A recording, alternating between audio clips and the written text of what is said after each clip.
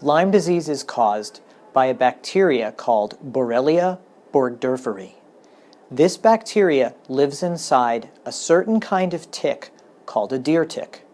When a deer tick bites a human being, this bacteria can be transmitted to the human being, causing Lyme disease. It's important to note that you cannot get Lyme disease just by having a tick walk on your skin. It needs to bite you. And studies show that it needs to have been embedded in your skin for at least 36 hours before it's possible to contract Lyme disease.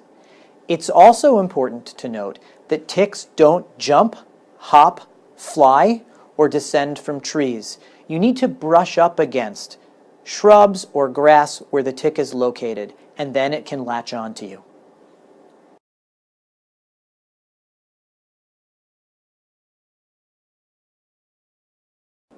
Lyme disease causes symptoms that are very similar to the symptoms of the flu.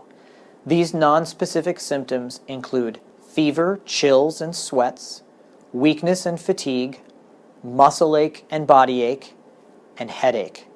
But unlike the flu, Lyme disease can cause a very unique and characteristic rash, as well as heart problems such as a slowed heartbeat, nerve problems such as headache, neck stiffness, or tingling in the extremities, and it can also cause joint problems. If Lyme disease is unrecognized and untreated, it can cause problems months to years down the line, including problems with memory and thinking, as well as joint arthritis.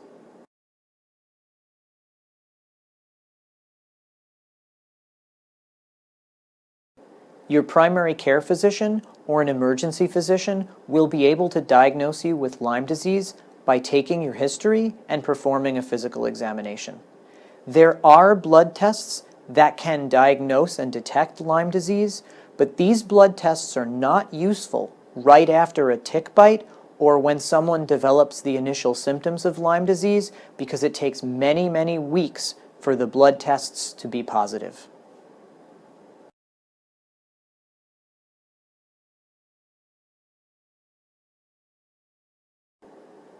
Lyme disease can be very effectively treated with antibiotics. For most cases of Lyme disease, these antibiotics can be taken by mouth outside of the hospital. For certain cases of Lyme disease, specifically for cases that involve heart problems or certain nervous system problems, antibiotics may need to be given through an IV in the hospital.